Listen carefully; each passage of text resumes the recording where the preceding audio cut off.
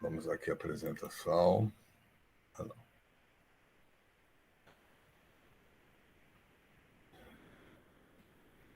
Bem, está todo mundo vendo aí a apresentação?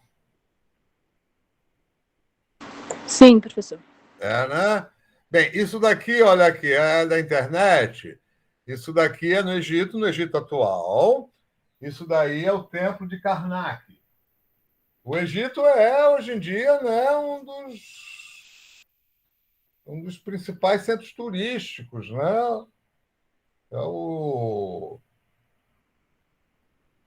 algumas ruínas, alguns lugares antigos são um dos mais visitados do mundo, né? Talvez seja o Egito seja o país que mais recebe turistas por causa do Egito Antigo. Isso daqui é o Templo de Karnak, quer dizer, são as ruínas, o que ficou. Vocês reparem, né? Isso é pedra sobre pedra, as pedras cortadas regularmente, montadas, né? Para montar isso daqui tem todo um cálculo, né? Todo um cálculo.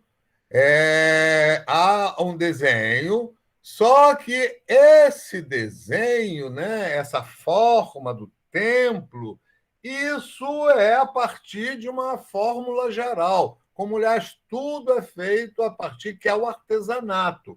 O artesanato, você tem uma forma, um jeito de fazer, né? Como é que você começa, como é que você desenvolve, tá. E a partir dali você pode variar, né? Por exemplo, um exemplo importante para entender bem essa coisa do artesanato, né? E o artesanato, o conceito de arte, a gente pode considerar arte, o artesanato também é arte, né? Se falar arte popular. Mas aqui nós estamos considerando a arte já no sentido o nosso conceito de arte hoje, moderno contemporâneo, né?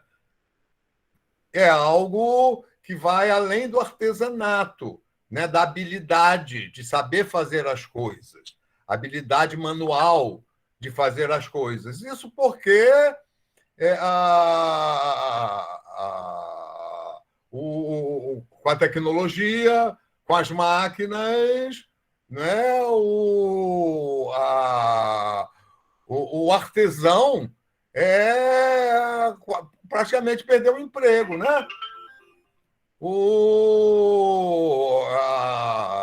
Nós não fazemos mais as nossas roupas, nós não fazemos mais os nossos sapatos, né? Os nossos utensílios, né? Os nossos instrumentos, tudo isso já é fabricado industrialmente, né?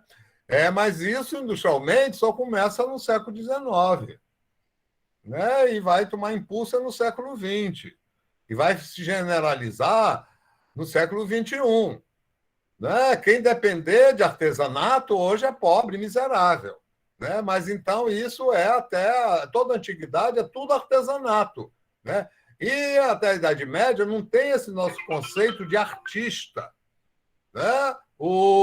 E a gente tem que diferenciar, né, isso que é público, é coletivo, né, daquilo que eram, digamos, das famílias, aquilo que era mais privado. Embora essa noção que nós temos de vida privada, isso não existisse nos nossos termos. Né? Não é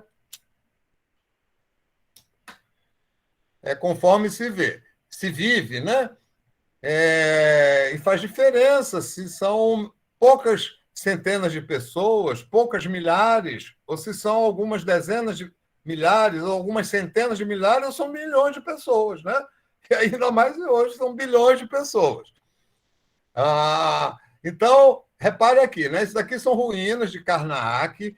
Isso daqui, né, digamos, é uma avenida, é uma rua, né, uma coisa que leva através. Isso daqui é uma entrada, né, por cima já caiu.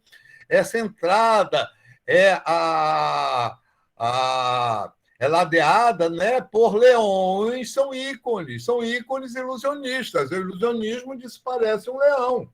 É como se fosse um leão de verdade. Todos são feitos da mesma forma. Todos seguem. Isso daqui é lá o local, né?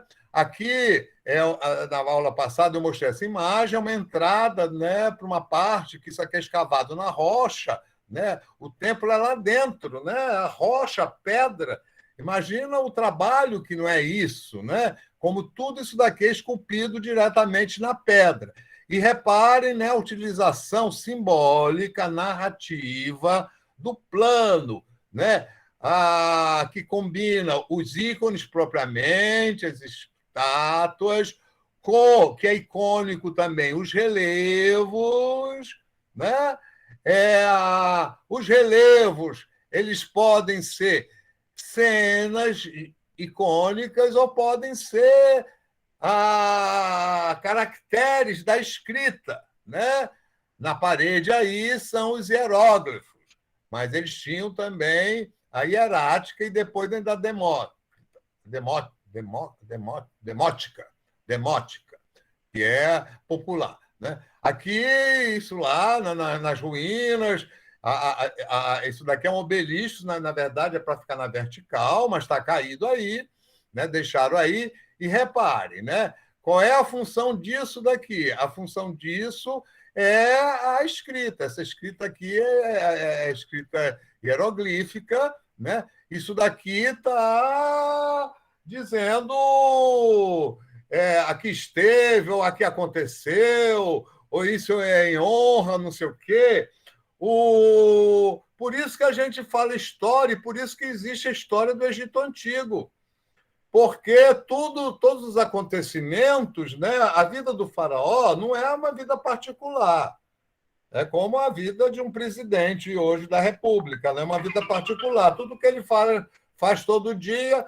Então, todas as coisas importantes, né? As conquistas, as viagens, as construções, tudo era registrado, né? Registrado em pedra, né? O relevo, você tem o baixo relevo, tem o alto relevo. Aqui, né? É lá em Karnak, né? Para ver o tamanho aqui do ícone, né? Da escultura. E repare, né? Ela é naturalista, mas ela não é, evidentemente, ilusionista. Né? O naturalismo, o que é? Um ilusionismo brando que a gente identifica, é claro, que isso aqui é uma figura de homem, que ele está com os braços cruzados, o que ele tem? Ele tem lá uma coisa na cabeça, né? Eu não sei, não me lembro como é que chama aí esse. Não é coroa, é uma espécie de pano, né?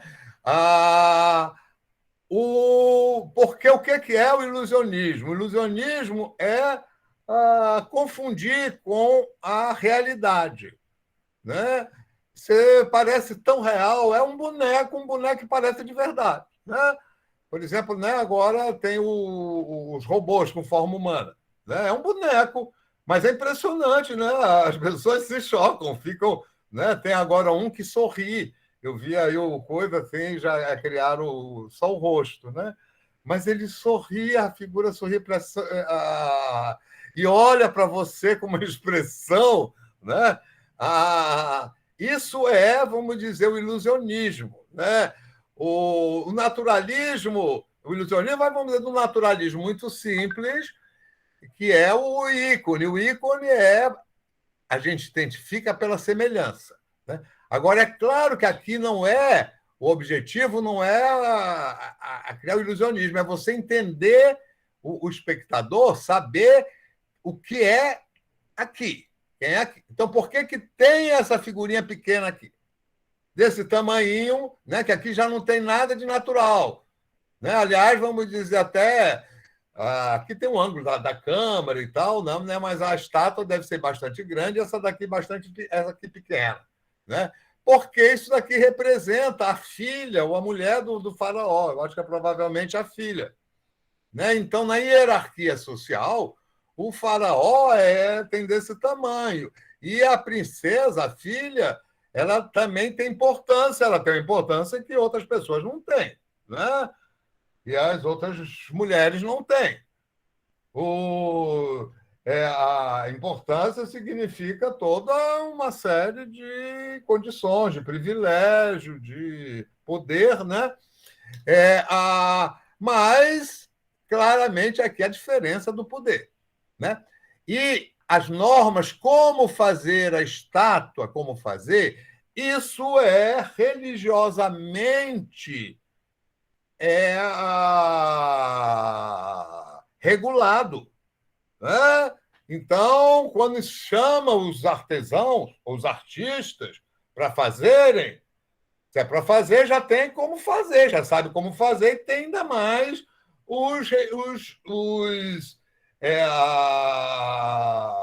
os sacerdotes, quem está encomendando, né? Encomenda para controlar e desse jeito que eu quero, e assim que deve ser, né? Essa conjunção da religião, né, com política. Então, aqui, mais as ruínas, né, para ficar bem claro aqui, o tipo de construção, pedra sobre pedra, né, como isso tudo já é entalha, escultura. Aqui, uma das grandes invenções egípcias, né, que tem aqui no Rio de Janeiro, tem. Hoje em dia, praticamente todas as grandes cidades têm um obelisco, né? Aqui no Rio tem um aqui no Flamengo, que comemora, eu acho, Estácio de Sá, são comemorações de vitórias, de fatos importantes, né? E quem cuida dessa... Vocês veem, o templo é um grande complexo, né? Isso daí, dezenas ou centenas de pessoas cuidavam, moravam aí, em torno se plantava. Aí tinha serviço de saúde, né? O, a, Toda religião, né, tem uma parte de saúde, de receitas, métodos. Porque as cidades elas se desenvolviam sempre em torno desses centros, né? Também centro de troca, de comércio, né? Produtos de uma região vêm para um local para serem trocados, né? Produtos que só chegam, só vêm de longe, né? A planta que só dá lá num determinado clima, né? Coisa da montanha, a venda de animais, etc. Né? Então, o centro, o núcleo da cidade antiga é sempre E ainda hoje, né? Quer dizer, hoje não, porque o Estado-nação substituiu o Estado religioso. Isso é já da era contemporânea, já depois da era moderna, já com a Revolução Industrial, século XIX, né? É, a, mas a, até o, a criação das máquinas, né? Até a invenção das máquinas, e antes do Estado-nação, uma cidade começa sempre com um templo, né? Então, você vai aí, por exemplo, no interior do Brasil, qualquer cidadezinha, o que é que você tem? Você tem lá a igreja ela segue um modelo, né? Uma praça, aí em torno cresce, né? Aí, dependendo, né, se a cidade cresce, pá, né, por exemplo, lá, mais construindo igrejas. Aí tem igreja, por exemplo, em Salvador, tem igreja uma para cada dia da semana. Uma para cada dia do ano, desculpa. Né? Uma para cada dia do ano. Tem 300 e tantas lá igrejas. Né? E tudo isso é uma coisa pública, né? Ou seja, a vida pública ela sempre está lá em torno da religião, do templo e do túmulo. Então, aqui, né, a construção egípcia e o costume, né? Como é que os templos são construídos? Sempre seguindo o mesmo padrão, né? Tem uma outra galeria de imagens aí que vocês podem consultar. É o mesmo padrão da entrada, aí segue, tem mais sala, vai ter lá dentro uma sala só de colunas, né? Aqui a coluna, ruínas de colunas, colunas inventadas pelos egípcios, que depois os gregos se apropriaram e transformaram isso como uma base de um sistema lógico, um sistema racional de proporções. Né? Aí são turistas, né? A coluna, né? A coluna ela tem a função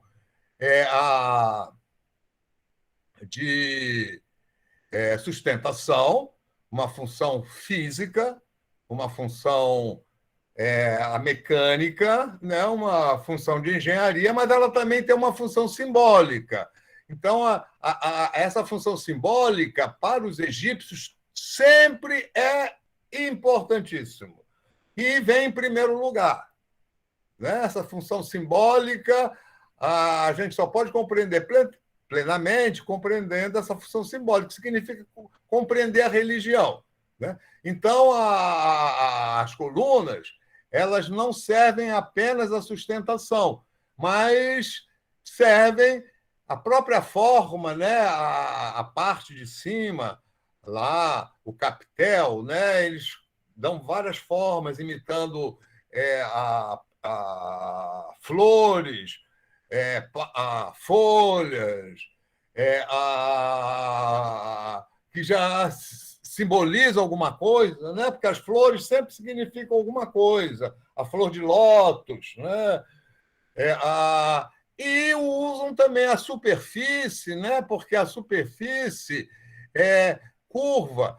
Você pode adaptar as regras do plano, as horizontais, as verticais, e isso, então, é como pequenas placas, relevos, né? Ali se escreve e se cria relevo, se cria imagens. Né? Aqui é uma dessas salas cheias de colunas, né?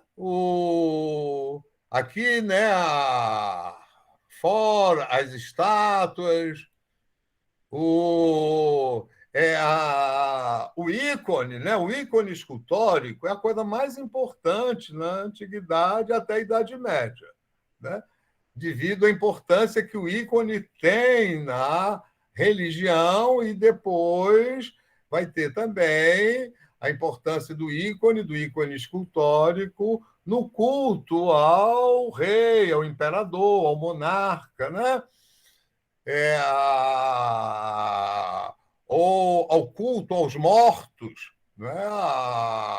O retrato era feito em escultura de pedra, e a escultura, como ícone, ele permite criar figuras imaginárias. Né? E uma coisa importante, fundamental, né? A arte antiga, a arte da Idade Média, ela tem a ver com a imaginação. O imaginário, aquilo que se imagina e que se acredita que seja verdade, que se crê. Né? Não é algo da realidade. Né? Então, os deuses egípcios, né? Os deuses gregos, os deuses antigos, os deuses dos bárbaros, etc. Tal, né? As pessoas imaginavam o Deus presente o tempo todo, influenciando em tudo, etc. e tal, mas não é algo da realidade que você possa tocar, que você possa mostrar, que você possa exibir. Você pode apenas representar. Né? Como você pode imaginar o homem voando, o homem com asas. Né? Você pode imaginar um homem metade cavalo, metade homem, um ser metade cavalo, metade homem, um centauro. Você pode imaginar um homem com corpo de homem, as pernas de cabra, né? De bode, o centauro, e outras formas. Né? Os próprios deuses egípcios, alguns tinham forma mista. Né? Eles eram representados, o corpo humano, a cabeça de um animal. Aqui a gente vê, né, tem um animal que é mais um bode, né? Aqui tem uma figura. Então, os ícones eles permitem representar, trazer para a realidade seres imaginários. Né? Os gregos imaginavam seus deuses como humanos, como seres humanos. com a diferença de que eles eram deuses perfeitos. Tá aqui, olha, né? Repare aqui essas esculturas são leões, né? Que estão guardando aqui uma figurinha na frente. Cada leão aqui tem uma figurinha na frente. O, que significa alguma coisa. Né? Aqui aquelas colunas com todas as inscrições. Né? Bem, vamos parar essa daqui. Agora vamos uma outra, que aí entrei muito na escultura egípcia. Vamos agora à tumba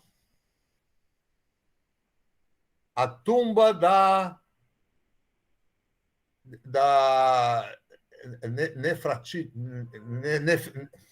Nefretari, também chamada de Nefretiti.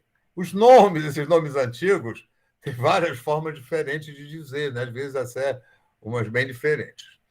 Bem, mas isso daqui é a tumba, é o interior de uma tumba.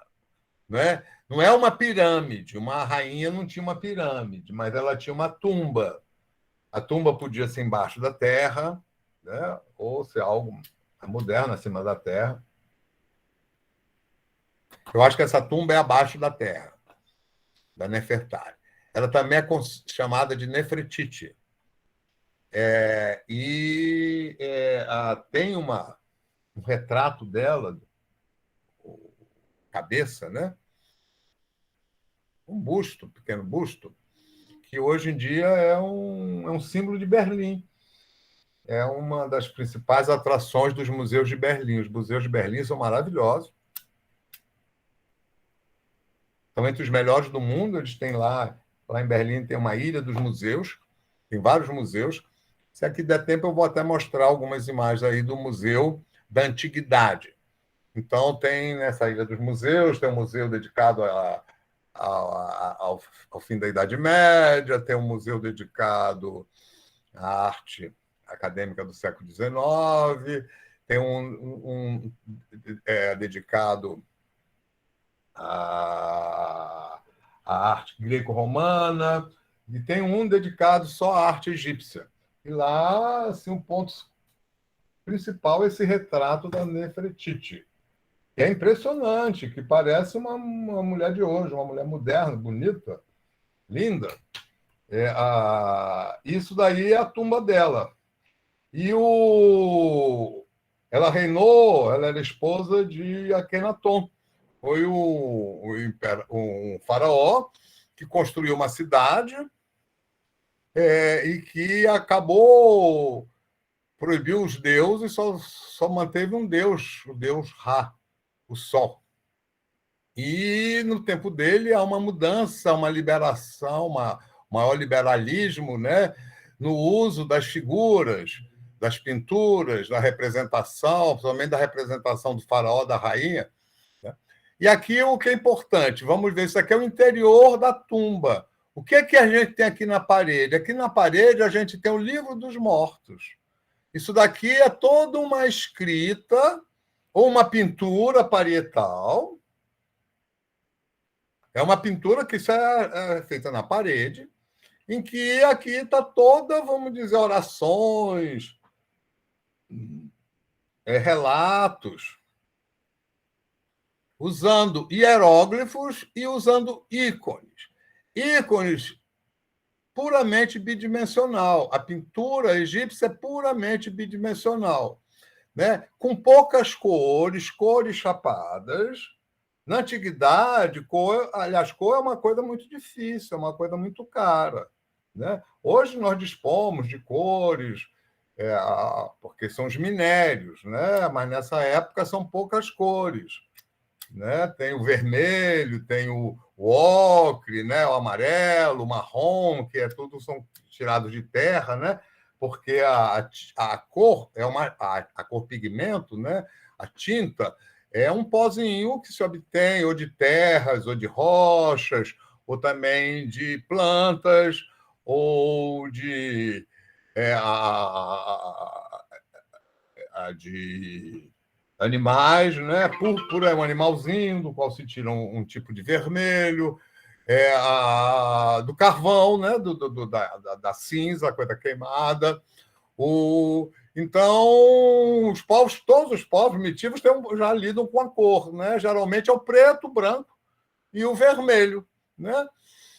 Os índios brasileiros, por exemplo, né? Eles têm um preto que vem do ginipapo, de não sei mais o quê, o vermelho do urucum, né? Coisa aqui. Então, tem algumas coisas. As cores elas são usadas chapadas e usadas chapada de forma simbólica. Entender isso é muito importante para quem é artista gráfico. O que é o artista gráfico? É o artista que vai trabalhar hoje em dia com imagem com pouquíssimos recursos de cor e de material. Então, você vai imprimir, você só pode usar 2 cores ou 3 cores. Né? Ou é só preto e branco. Né? Tudo tem uma questão de custo. Né? Isso é muito importante, né? Entender. Isso é a pintura bidimensional. A pintura bidimensional é organizar os ícones no plano, conforme o tamanho, a hierarquia, né? De modo a que se possa compreender uma determinada história, compreender o que significa o personagem, né? Então, né, todas as figuras e tudo segue uma fórmula que é passada de geração para geração. Né? Essa fórmula é a visão frontal, a lei da frontalidade. É para representar, né, os seres humanos ou meio humanos, porque aqui, olha, a gente tem o corpo é humano, mas a cabeça é de um falcão. Né? Isso daqui é um deus. Né? Aqui já não é um deus, aqui já é uma mulher.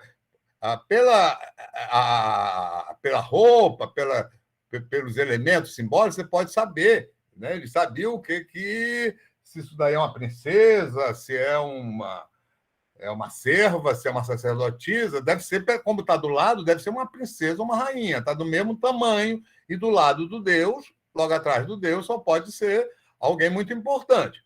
Né? Aqui temos novamente, né, uma cabeça de lobo e o corpo. E a lei da frontalidade, né? Isso tem em todas as culturas, as civilizações mais antigas, mais primitivas, que é o rosto de perfil, porque o perfil é o que mais identifica, vamos dizer, uma pessoa, né? Uma pessoa, um animal, né? A sombra projetada na parede, né? Uma luz forte, o contorno, dá para a gente identificar o perfil. Né? Talvez hoje a gente não preste mais muita atenção nisso, porque temos tantas imagens, nós vivemos entre imagens, né? Já é outra história. Mas então, o perfil, que é o que identifica, o corpo é sempre de frente e as pernas e os braços estão novamente de perfil. O torso de frente. Isso é absolutamente impossível, alguém ficar assim. Né? Mas no plano isso funciona. Funciona, inclusive, dá uma ideia, né, de relação. Aqui que está sentado um ao lado do outro, conforme as figuras estejam uma em frente da outra, como se elas estivessem conversando, pode fazer sequências. Né? E qual é o objetivo dessa pintura parietal? É, sobretudo, colocar imagens, aquilo que você pode comunicar através de palavras. Né? Através de narrativas. Então, de orações. Né? Isso daí pode desenvolver para a criação de cenas. Né? É como o relevo, que me interessa.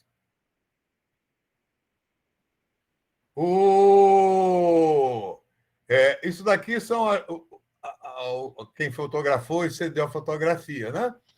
Então, reparem,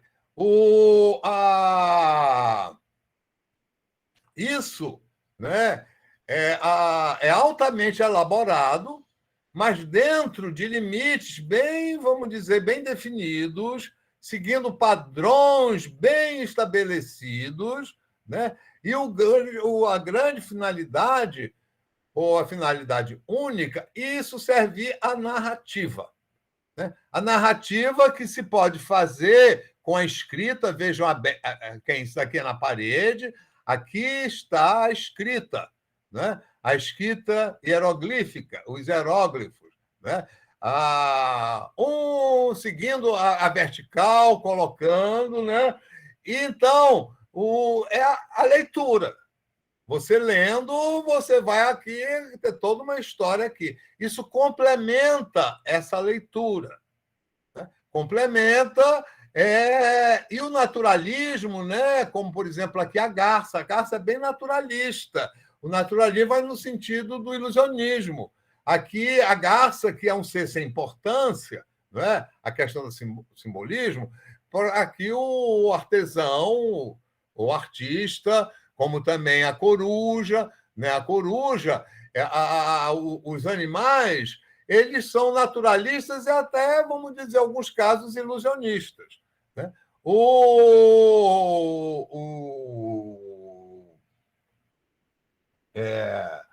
Certas estátuas de escribas que foram encontradas, né, no Egito também são, digamos, naturalistas, já ilusionistas. Né? Tem um escriba sentado,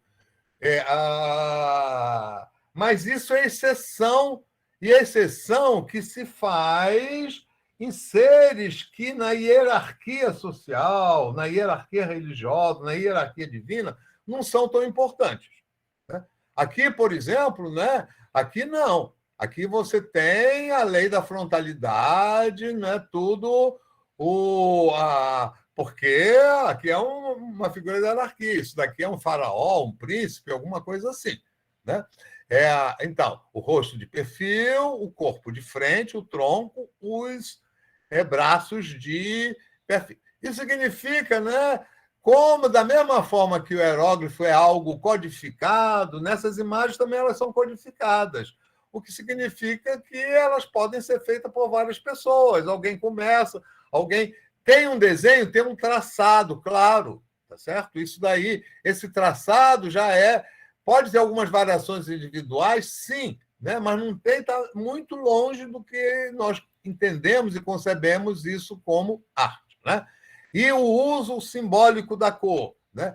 Repare aqui, a mulher, a cor é mais clara do que o homem, que é mais escura, né? Então se usa o vermelho, uma terra escura, vermelho, uma terra claro, ocre, um amarelo para a mulher, né? E por aí vai. Então, vamos agora para a Grécia.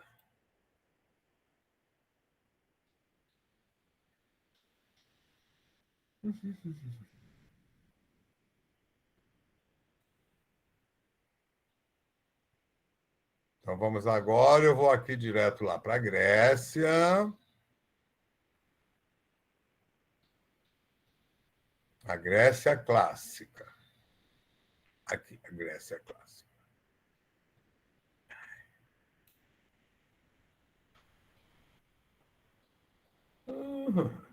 Então, né? Então, assim como os egípcios, a cidade grega, né, se constitui em torno das construções. Opa, desculpa que o negócio diminuiu.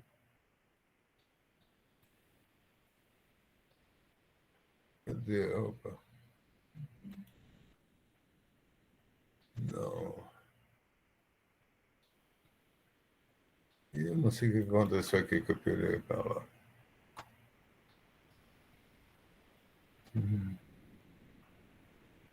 Oh, meu Deus, cadê?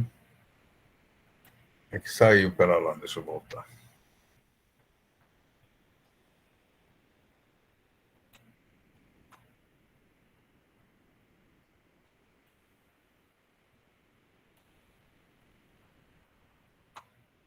Então, vamos voltar aqui. Opa! Ao templo grego.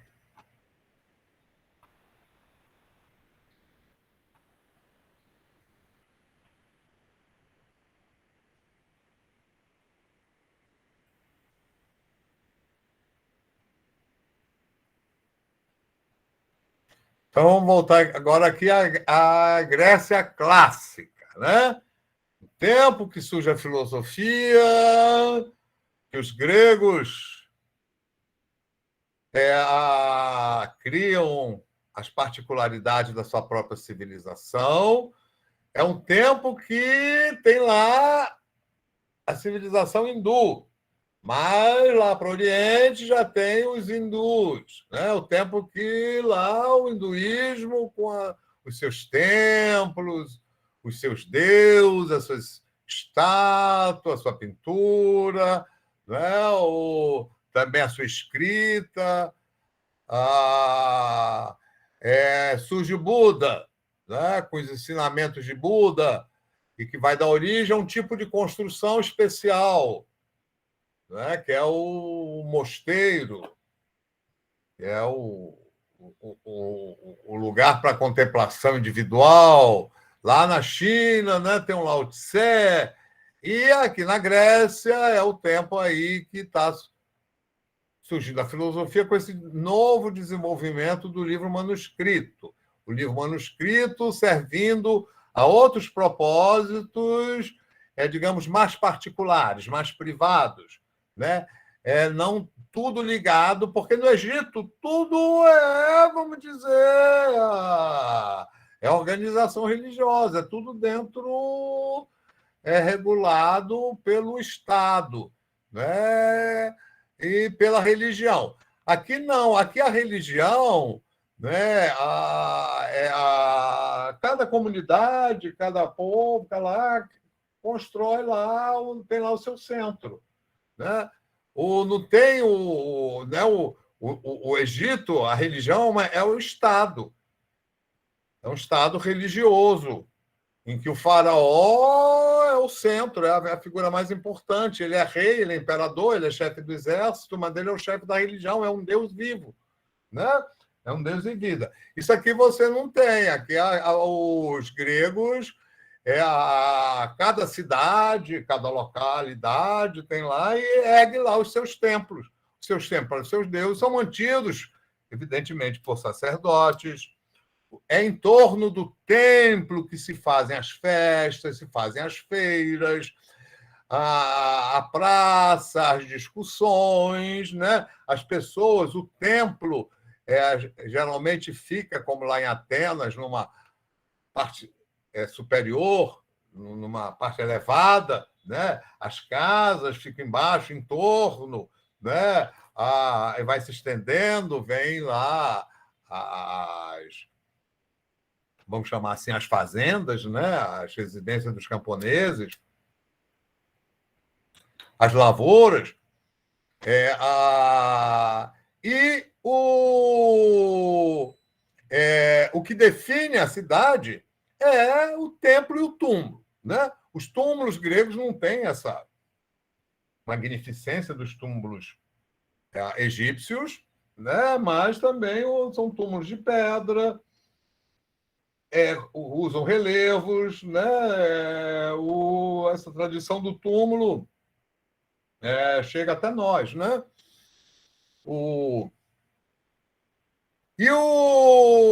A grande inovação, né, dos gregos é que eles vão. A função principal do templo, evidentemente, ela é simbólica, é simbolizar aquilo que é importante, né? O lugar onde está o Deus, é um lugar sagrado, né?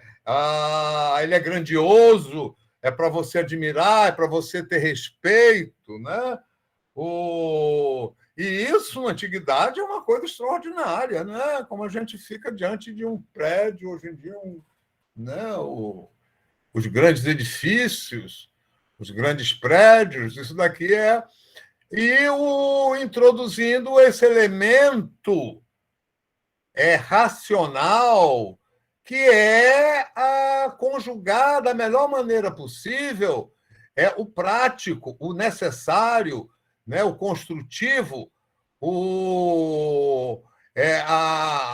aquilo que a física com o simbólico, aquilo que representa, né? Então, as colunas elas vão ter uma função de sustentação. A função simbólica da coluna vai ser simplificada, não vai ser, a coluna vai ficar mais cheia de inscrição, né? Não vai ter diferentes capitéis, que aqui é a parte superior, né? As colunas elas vão se diferenciar em três tipos, que varia o tamanho, né, a altura, a espessura e o capitel, três tipos de capitel que simboliza.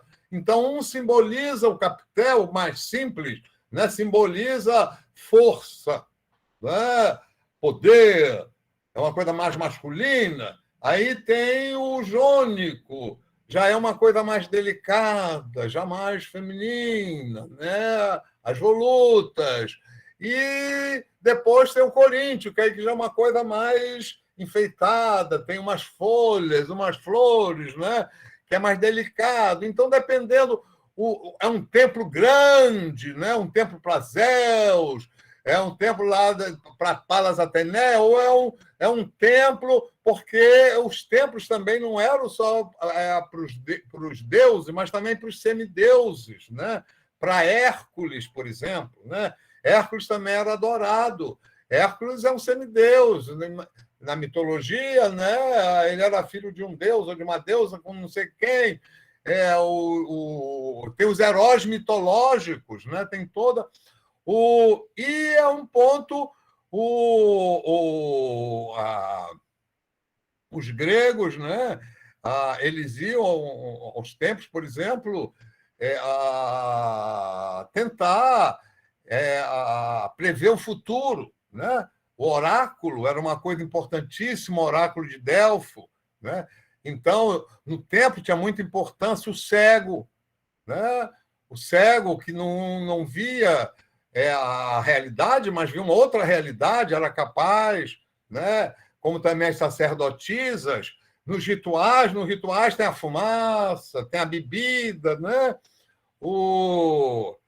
Estudos recentes assim revelaram que lá em certo templo, né, mascava-se lá, é uma coisa do trigo, de onde vem o LSD, né? Aliás, o Van Gogh mascava muito essa coisinha, uma sementinha, uma espécie de trigo, de onde se extrai o princípio do LSD, né? Isso tem o transe, né? Entrar em transe, e mesmo, digamos que essas formas já tem, muitas coisas permanecem, né? Você vê lá, a Igreja Católica tem lá o incenso, né? Solta lá a fumaça, né? O perfume, né? A pessoa entra no outro... Então, e o templo era para entrar lá em comunicação com o Deus, os deuses. E os deuses principais, eles eram imaginados como pessoas perfeitas.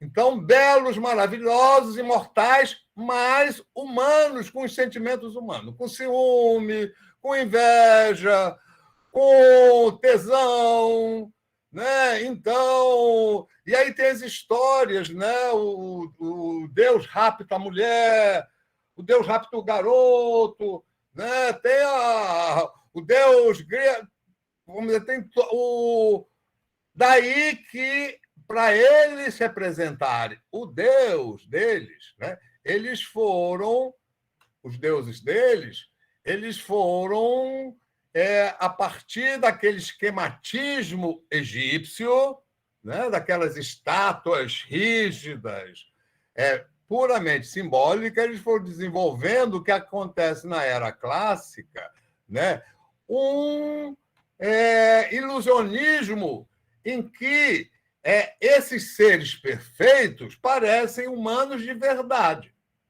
com a musculatura, o rosto, cabelo, a vestes, a posição, né? A anatomia, mas perfeitos, perfeitos como não existe ninguém, né?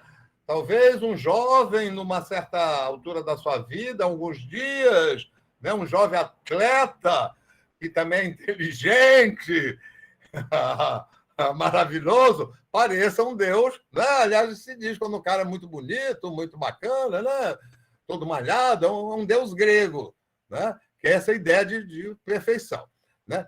Como eu já ressaltei, né? Na arquitetura, eles criaram esse formato de templo que é baseado nas proporções, no retângulo, o triângulo, né? Os segmentos de reta, que são as colunas, as devidas proporções. Isso é uma coisa fantástica, prática. Né? Vamos construir um templo qual é? Ordem dórica, a gente já tem uma ideia, já tem mais até, vamos dizer, mais as proporções, né? As medidas, etc. E aí vem os detalhes que são os simbólicos. É o simbolismo. O simbolismo, a estátua do Deus que vai estar lá dentro, né? Aqui relevos que vão contar a história dos deuses, ou então a própria história da cidade. Aqui em cima também, né? O Templo de Atenas foi construído por Fídias, né? Ele era um arquiteto e era também um super escultor. Né? E o friso, né? É claro, aí é o artesanal, ele não fazia isso sozinho, mas ele era o principal, ele é o que criava, dirigia, aí faz aqui, manda. Né? Alguns relevos ainda existem, então, espalhados aí pelos museus da Europa, talvez alguma coisa nos Estados Unidos, né? Outros também estão na Grécia.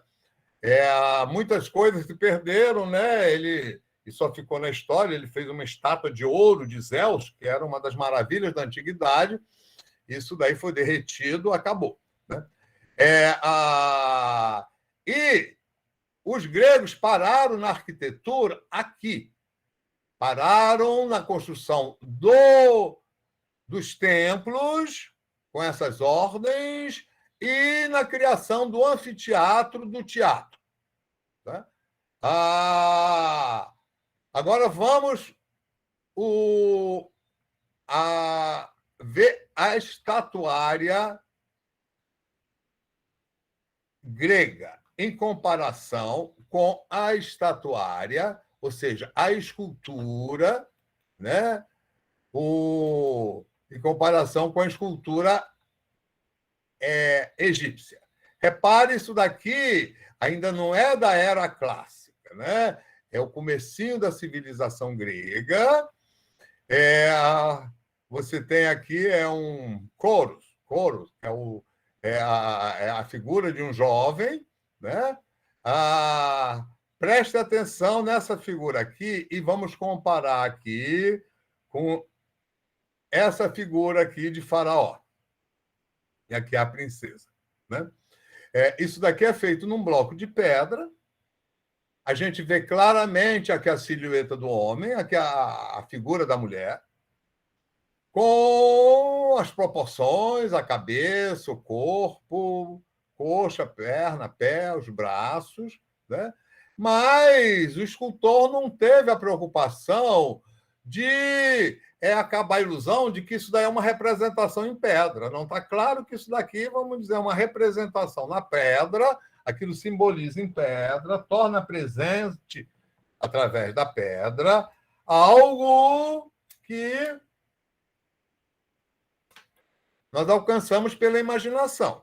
Então, não tem importância que aqui, entre os braços, tenha pedra. O negócio é que a gente veja, a gente entenda todo o simbolismo. O simbolismo que está, o que ele traz na cabeça, não é? A própria posição de um pé na frente, outro atrás, né? O braço dela aqui. Né? E aí vamos aqui para o grego. Para o coro grego. Né? Repare, é a mesma posição, com a diferença que aqui eles introduziram, como eles queriam uma coisa mais naturalista, mais próxima do natural, mais como um deus grego imaginado como um ser perfeito, né? Eles separam as pernas, eles separam os braços e procuram uma posição que dá uma ideia de movimento. A figura é esquematizada, né? Tudo isso, tudo que a gente faz, que envolve forma, envolve geometria.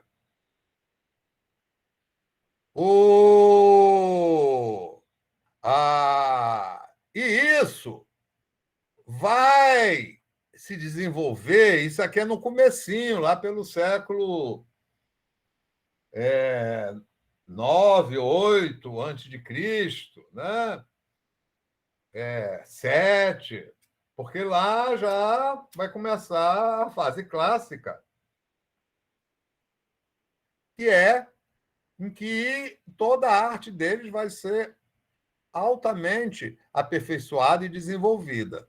Então, esse naturalismo vai chegar a esse naturalismo extraordinário que é ilusionista. Aí você tem aqui na era clássica o deus Apolo, é um deus que é um ser perfeito, aliás, é o deus ligado à luz, ligado ao sol, ligado à inteligência racional, brilhante, né? É um contraponto a Eros, o Dionísio, e é a inteligência física, é a inteligência sexual, né? É o outro lado, é a do espírito, né? A noturna, são as festas noturnas. Então, reparem, né? Aqui a gente tem, né? Você tem a anatomia de um jovem, o pé não só está mais um na frente, mas isso é uma grande invenção. A perna está deslocada, tem um certo movimento que dá todo o movimento, né? Os braços estão diferenciados, aqui se perderam as mãos, né? O corpo segue a anatomia, ele está vestido como um jovem, né? Eu acho que aqui atrás são flechas. Isso daqui que é um tronco, né? Isso daqui serve de base de sustentação. Isso daqui é tirado de um bloco, é um bloco de pedra que foi transformado nessa figura, né? Em que a pedra, né, imita perfeitamente o tecido, né? Algo leve. Então, aqui nós temos o ilusionismo escultórico. Agora, isso não é realismo. Por que não é realismo? Por que a gente chama ilusionismo e não realismo? O realismo é um ilusionismo que tem a ver com a realidade. A realidade é o nosso mundo cotidiano, é o dia do dia a dia, aquilo que a gente existe, que nós experimentamos com os nossos sentidos. É o nosso mundo dos homens. O Deus não é um mundo paralelo ao dos homens. O Deus não é a realidade. Se for, não é Deus. Ele está além, ele está. E isso também é possível, porque, como eles não têm um Estado centralizado, como no Egito, são cidades-estados com administrações diferentes, leis diferentes, constituições diferentes. A língua é a mesma, a religião é a mesma, mas os costumes são bem diferentes. Para nós, tudo é grego, grego antigo, mas para eles, né, atenienses, espartanos, uns eram mais parecidos, outros mais, né? Tanto é que tinham guerras, disputas e tal. Né?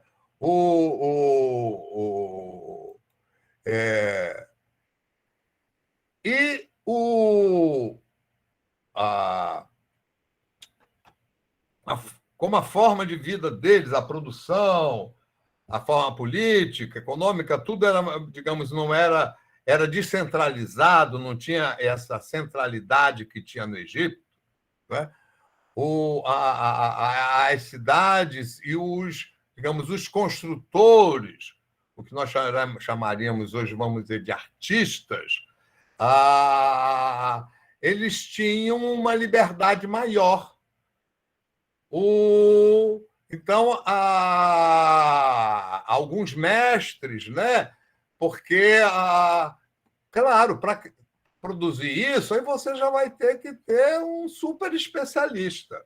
O especialista não existe sozinho. Ele tem lá, né, a oficina de trabalhar pedra. Ou seja, os construtores, além do arquiteto, né, cria o pessoal que trabalha na pedreira, o pessoal que trabalha, né? Isso tem, por exemplo, ainda hoje na Grécia existem vilarejos que praticamente vivem de criar esculturas de pedra, né? E aí alguns desses mestres escultores de pedra, né, eles vão utilizar o texto escrito, né, o livro manuscrito, para desenvolver suas ideias, justificar suas ideias, criar normas, criar uma teoria, né? Eu acho que eu já mandei para vocês os arquivos. Se eu não mandei, eu vou mandar, né? Sobre. Mas está aí no texto, tem um link. No texto, chegou alguém? Chegou. No texto tem o link para. Sobre alguns escultores, né, que entraram na história porque criaram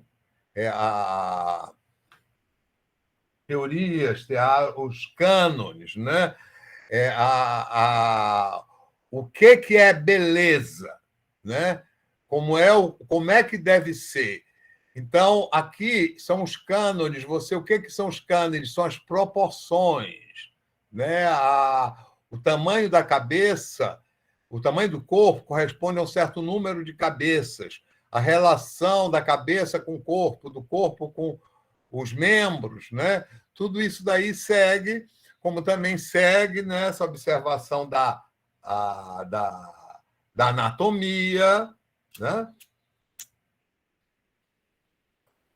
E isso ainda está dentro da visão bidimensional. Visão bidimensional por quê? Porque isso daqui é feito a partir de um bloco de pedra, um certo tipo de pedra especial, de rocha, né? Aí, no caso, é o mármore.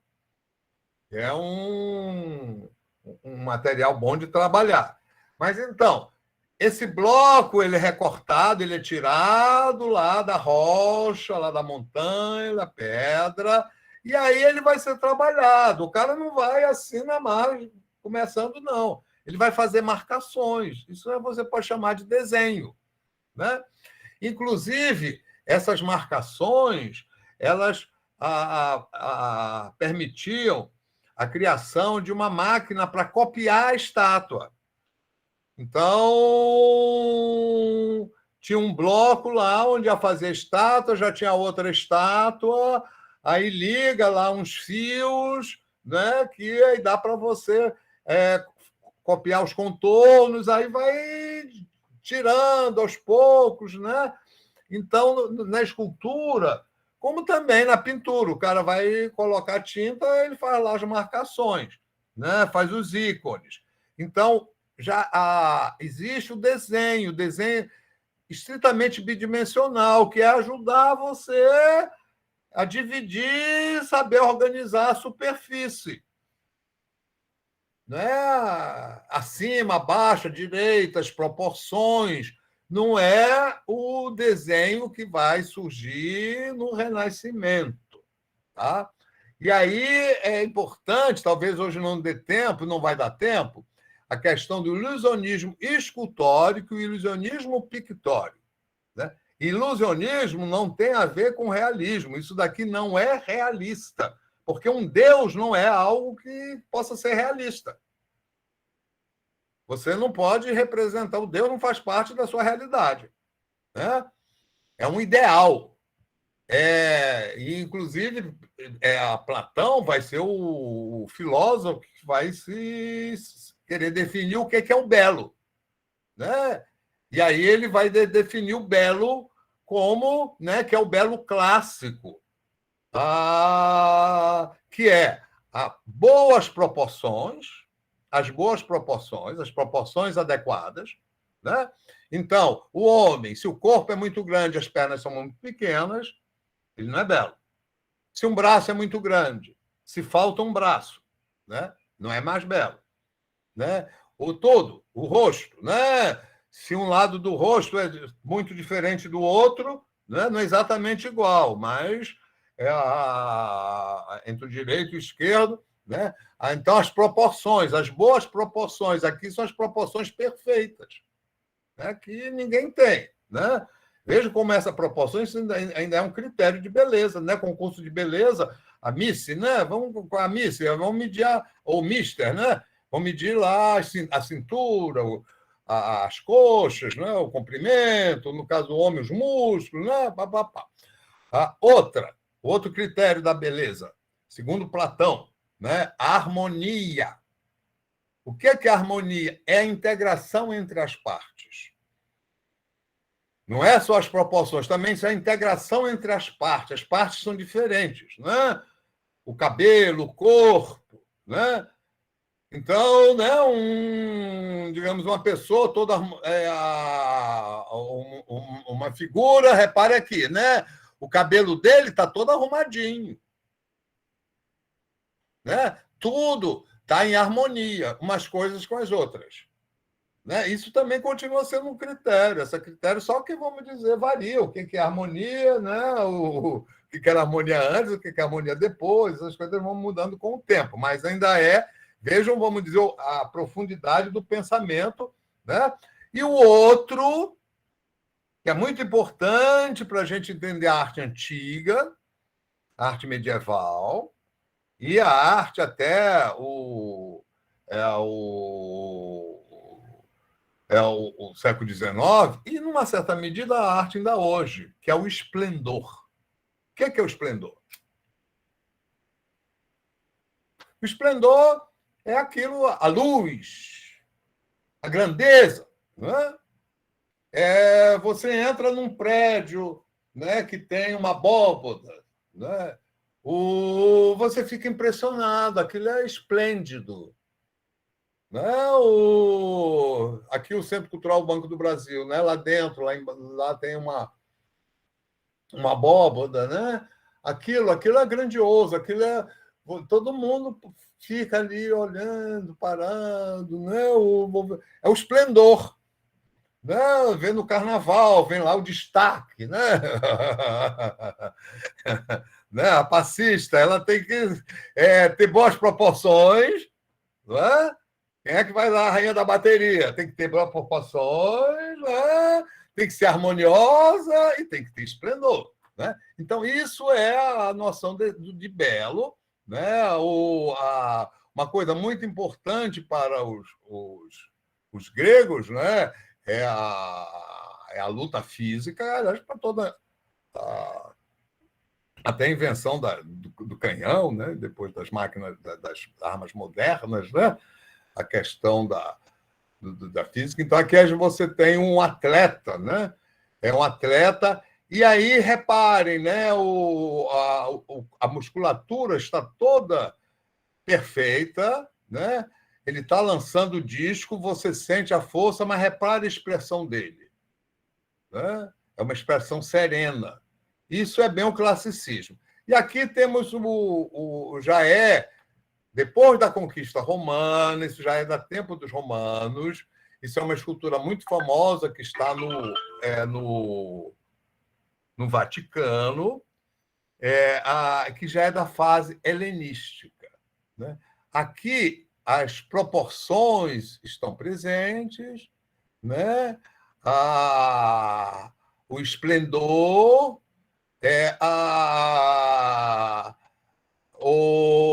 Mas você já não tem mais a harmonia nem aquela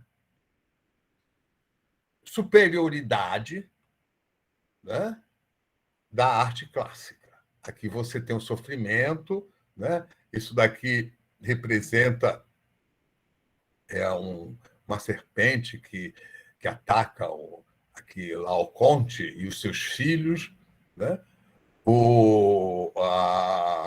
Então, as serpentes devorando, né? O sofrimento. Mas reparem, né? Aqui a gente tem o ilusionismo. E por que sai do clássico? Porque se aproxima do real, da realidade, né? Aí você não tem mais é uma história mitológica, mas você não tem mais, não é o Deus, é um exemplo, né, de um castigo, de um sofrimento, é o helenístico. Bem, o tempo está acabando, né? Eu vou me estender mais uns 5 minutinhos, né, para estar aqui, já estou aqui, que tem uma comparação entre a pintura egípcia e a pintura grega, né? A pintura egípcia é estritamente bidimensional, estritamente planar, não tem nada de ilusionismo, não é? É como um complemento da escrita, uma espécie de escrita com ícones, né? E, aliás, as coisas se confundem, se misturam. Aqui a gente tem os hieróglifos e tem os ícones, né? Aqui, isso daqui é na parede, né? Isso daqui, por exemplo, é toda uma narrativa que fala de paisagem, que conta de paisagem, de plantação, né? E tudo está, vamos dizer, bem representado. As árvores, o tipo de árvore, o boi, a planta, as atividades, mas é tudo estritamente bidimensional, utilizando as figuras sempre segundo a lei da frontalidade, as cores simbólicas, né? Aqui um outro exemplo. Outro, né? Isso daqui, por exemplo, é uma paisagem estritamente bidimensional. Isso daí representa uma propriedade que tem num tanque se cria patos e peixes e em volta no terreno se criam plantas. E pela semelhança, né, você pode, para quem conhece as plantas, o tipo do galho, o tipo do fruto, etc., pode identificar, né? Então, em termos de informação, o bidimensional, tá certo? Ele dá muita informação.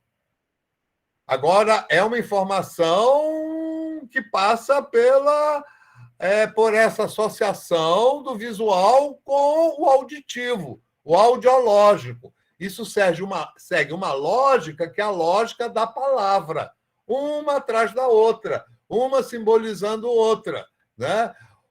É diferente da lógica que vai se estabelecer com o ilusionismo na pintura, né? Porque aqui nós vimos o ilusionismo escultórico, o ilusionismo das estátuas, né? Mas tem o ilusionismo também no plano, que é o ilusionismo do relevo, e, sobretudo, o ilusionismo da pintura, né? Isso daqui é uma das raras pinturas do tempo dos gregos. Isso é de um túmulo, né, que representa aqui 2 rapazes num banquete, né, 2 amigos. Está aqui a mesinha do banquete, está aqui as taças de vinho, né, está aqui os instrumentos musicais, né? Eu mandei um texto para vocês sobre o simpósio. O simpósio é o banquete. O banquete era uma reunião, né, de homens, tinha algumas mulheres que serviam, que recitavam, era uma espécie de geishas, né? E nesses encontros eles faziam degustando vinho, né? O vinho era bem aguado para ninguém ficar bêbado, porque era indigno um homem ficar bêbado. Eles faziam torneios de oratória, discussões, debates, né? Que é a origem do diálogo, do debate, da dialética, né, filosófica, científica, tanto é que continuam os simpósios. Né? O simpósio é uma coisa da realidade acadêmica. Na universidade, a gente realiza simpósios. Eu, lá no laboratório, realizei um simpósio de arte transmídias, né? O congresso, simpósio, isso daí é a origem. Né? E é muito importante ressaltar isso, né? Essa coisa do presencial, da discussão, do debate, da convivência, né? Em torno da mesa, em torno do banquete. Né? E aqui, eu vou terminar aqui, onde eu vou começar, né? O que restou da chamada, que a gente diria chamada da pintura grega, é já do tempo dos romanos. Já é pintura greco-romana, que é a pintura de parede, a pintura parietal.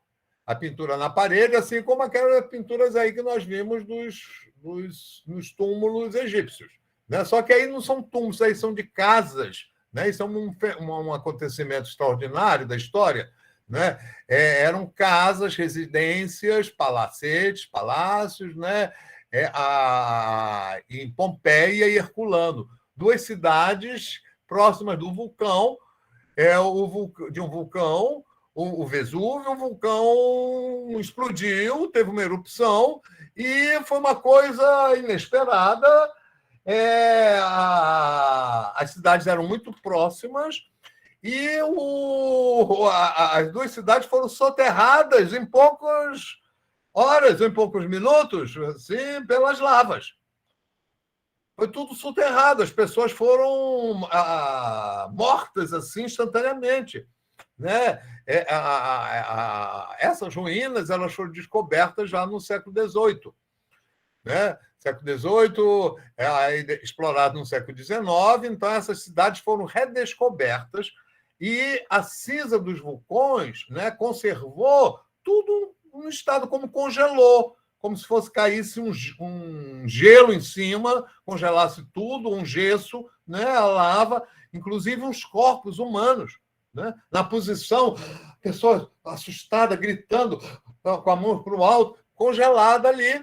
É uma coisa meio macabra, né?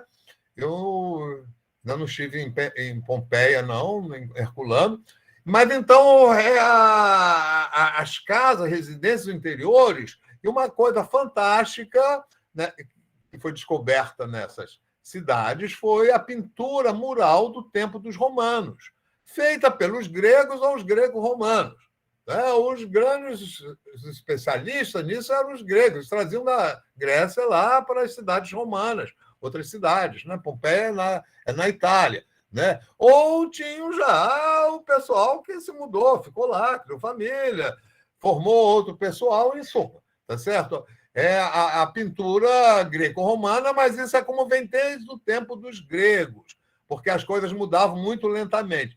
E aqui a gente tem o ilusionismo pictórico, o nascimento do ilusionismo pictórico, né? Que é diferente do ilusionismo escultórico sob diversos aspectos. Um é o da cor, mas outro também é aquilo que o ícone pode mostrar, pode revelar. Né? Qual é o papel do ícone da comunicação. Né? Esse ilusionismo, né, pictórico, que surge na Grécia, mas as obras do tempo da Grécia se perderam, só tem alguns relatos, inclusive alguns pintores entraram na história grega, a gente sabe que existiram, porque tem relatos, né, tem escritos que fizeram sensação no seu tempo pelo ilusionismo, né? Então, tinha um que fizeram lá um concurso, quem era o mais ilusionista, era pintura na parede ou pintura sobre madeira. Na parede, a fresco e madeira têmpera, que é parecido, não dá para fazer muito retoques. Né? Então, tem um concurso que diz que as uvas eram tão perfeitas que o passarinho vinha picar uva. Né? Teve um outro que os quadros estavam todos assim, cobertos, né, com uma cortina, um pano, para ninguém ver, né, até a hora do concurso, né? Qual era o mais perfeito, qual era o maior, o mais ilusionista, né? Aí eu ganhou um que a cortina já era falsa, a cortina era ilusionista, né? Era tão perfeita, o público se enganou pensando que ele estava coberto e era próprio. Mas isso tudo são histórias, não é? E o que a gente conhece mesmo, né, do ilusionismo pictórico é o que restou de Roma, principalmente Pompeia e Herculano, né, da cultura romana. Tá? E aí nós vamos ver depois porque o ilusionismo pictórico ele vai levar a uma grande discussão, isso já na Grécia, já Platão. Platão condena o ilusionismo pictórico. Ele não condena o ilusionismo escultórico, mas ele condena radicalmente o ilusionismo pictórico. Como ele condena também o ilusionismo no teatro. Né? O teatro é uma forma de ilusionismo. E a canção, a história, né, representada. Então, aí você vê as pessoas, a voz, né, isso comove. E qual é o problema aqui? Por que o Platão é contra? É porque o ilusionismo pictórico aí exige uma coisa que não é mais do artesão, do artista, é um ponto de vista individual. Né? Isso daí depois nós vamos aprofundar, tá ok? E isso, olha, isso é uma coisa importante, né? Vocês veem o islamismo proíbe, né? A imagem religiosa. Né? Isso, no fundo, vem lá do Platão. Né?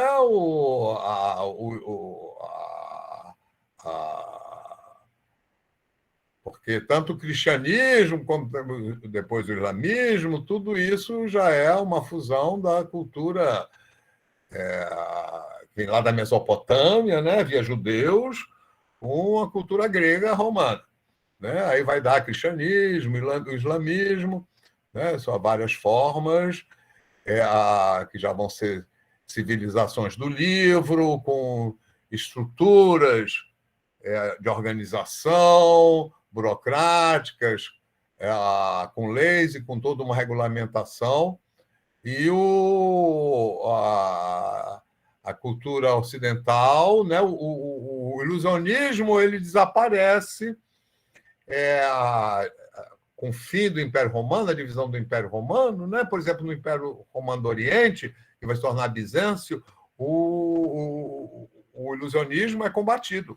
É combatido, há inclusive uma guerra chamada iconoclasta, né? Em que as estátuas foram destruídas, os ícones foram destruídos, né? A guerra, o ódio aos ícones, e a pintura vai ficar, então, estritamente bidimensional.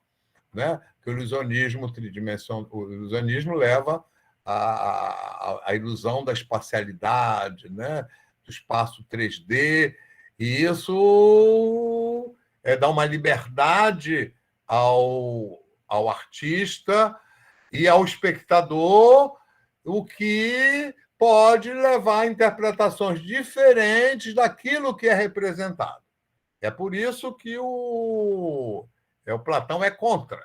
Ele quer que todo mundo veja do mesmo jeito, né? Como acontece com a pintura estritamente bidimensional, por exemplo, a pintura do Egito.